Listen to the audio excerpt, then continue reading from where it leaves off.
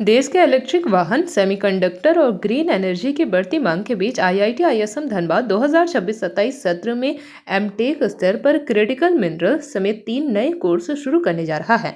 प्रत्येक कोर्स में लगभग 20 सीटें होंगी। सीनेट से मंजूरी के बाद इसकी अधिसूचना जारी की जाएगी। संस्थान में इस क्षेत्र के लिए सेंटर ऑफ एक्सीलेंस की स्थापना पहले ही हो चुकी है। लिथियम, कोबाल्ट, नीलेक और रेयर अर्थ एलिमेंट्स जैसे खनिजों पर विशेषज्ञ तैयार करने की दिशा में यह अहम पहल मानी जा रही है।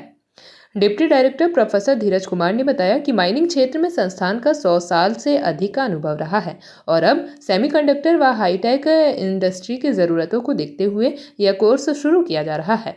कोर्स में यूरोपीय विश्वविद्यालयों और इंडस्ट्री के साथ सहयोग की योजना है ताकि छात्रों को थ्योरी के साथ प्रैक्टिकल ट्रेनिंग भी मिल सके। यह पहल ऊर्जा सुरक्षा और आत्मनिर्भर भारत की दिशा में महत्वपूर्ण कदम मानी जा रही है। हमने कोर्स अभी प्रपोज ही कर रहे हैं, डिपार्टमेंट वाइड कोर्स प्रपोज कर रहे हैं। हम अभी सीट पे इस एजेंडा को लेके जा रहे हैं। हाँ, क्रिटिकल मिनरल का इंपॉर्टेंस को देखते हुए और हमारे यहाँ पे एक centre of excellence critical mineral की स्थापना की गई है और जिसको माननीय हमारे जो मंत्री जी हैं हमारे केंद्र के माइंस और कोल के, उन्होंने उसका उद्घाटन भी किया है।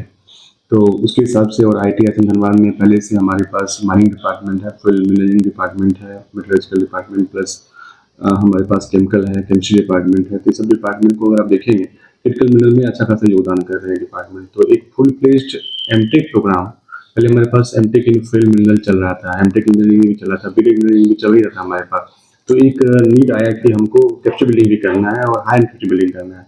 इसको सोचते हुए हम एक क्रिटिकल मिनरल पे एमटेक का कोर्स फ्लोट करने जा रहे हैं। सीनेट का अप्रूवल होगा, उसके बाद करेंगे, जिसमें कि हम यूरोपियन कंट्री को भी पार्टिसिपेट करवा रहे हैं। यूरोपियन कंट्री के जो यूनिवर्सिटीज़ हैं उनके साथ 1+1 का मॉडल में हम उसको लेके जा रहे हैं। उसके लिए हमको इसको एजेंडा को हमको अपने सेट लेके जाना पड़ रहा है।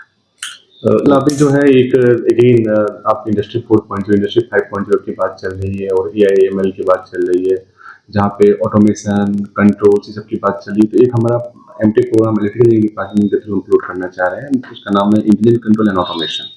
तो ये प्रोग्राम भी अपने आप में एक न्यू प्रोग्राम होगा, but again subject to approval of the senate. तो हम जस्ट प्रपोज ही कर रही है, डिपार्टमेंट प्रपोज कर रही है, तो हम देखते हैं। इसमें भी हमारा जो बेसिक ऑब्जेक्टिव इस प्रोग्राम का ही है कि हमारी स्मार्ट इंस्ट्रूमेंटेशन कैसे हो, स्मार्ट ऑपरेशन कैसे हो, स्मार्ट टेक्नोलॉजी कैसे बिल्डअप हो। तो उस स्मार्ट टेक हम बिल्डअप करेंगे थ्रू दिस पर्टिकुलर प्रोग्राम और बच्चों को उसके हिसाब से स्किलिंग करेंगे in this particular programme if the programme is getting successfully approved by the senate.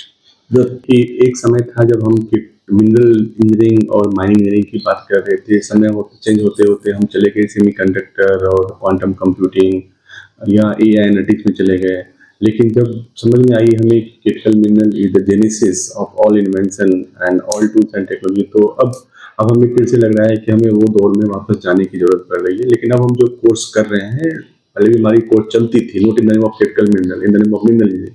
अब उसमें हम क्रिटिकल ऐड करेंगे और जो नए टूल्स एंड टेक्नोलॉजीज आ गए हैं उसको हम उसमें ऐड करेंगे, सो दैट हमारा कैपेसिटी बिल्डिंग प्रोग्राम इस एरिया में हमारी अच्छी होगी। और गवर्नमेंट ऑफ इंडिया की फोकस भी है कि केवल आप फैसिलिटी डेवलप मत करें, केवल आप रिसर्च नहीं करें।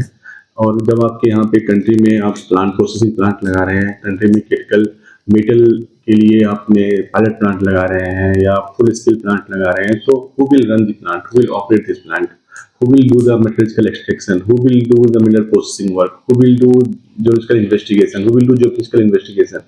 ये सब के लिए हमें ये पर्टिकुलर कोर्स की जरूरत पड़ी है। और ये कोर्स कोई एक डिपार्टमेंट नहीं लीड करेगा, इस कोर्स में हमारे मल्टीपल डिपार्टमेंट, जो मल्टीपल डोमेन हमारे पास है, वो सारे डोमेन स्पेसिफिक डिपार्टमेंट इसको पायलट करेंगे इस प्रोग्राम को। इंडस्ट्रियल कंट्री के कुछ एकेडमिक्स हैं जो हेरिटेज प्लस है, मोबाइल प्लस है, जिनके जो यूरोपियन यूनियन के क्षेत्र में जो यूनिवर्सिटी आते हैं, they have shown their keen interest कि हम आपके साथ मिलकर क्रिटिकल मिनरल का जो कैपेसिटी बिल्डिंग प्रोग्राम है, खास करके मास्टर और पीएचडी प्रोग्राम है, हम उनके साथ मिलकर करना चाहते हैं। तो हम उनके साथ आगे बढ़ने के लिए अभी जा रहे हैं अपने जिस हाँ उज्जवल है। हम जब भी कभी कोई एमटेक प्रोग्राम या पीएचडी प्रोग्राम करते हैं तो प्लेसमेंट की हम बात नहीं करते हैं, क्योंकि हमारा बेसिक ऑब्जेक्टिव क्या होता है कि ये बच्चे जो मास्टर डिग्री कर रहे हैं, they should become researcher of the future.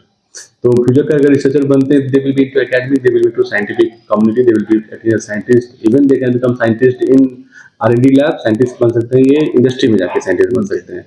Obviously क्या है कि सीट्स कम रहती है इस एरिया में, बहुत स्पेशलाइज्ड ब्रांचेज होते हैं, तो प्लेसमेंट की कोई प्रॉब्लम ऐसा होती है। जेपी भारत लाइव, भारत की बात जेपी के साथ। वीडियो को लाइक करें, शेयर करें और चैनल को सब्सक्राइब करें।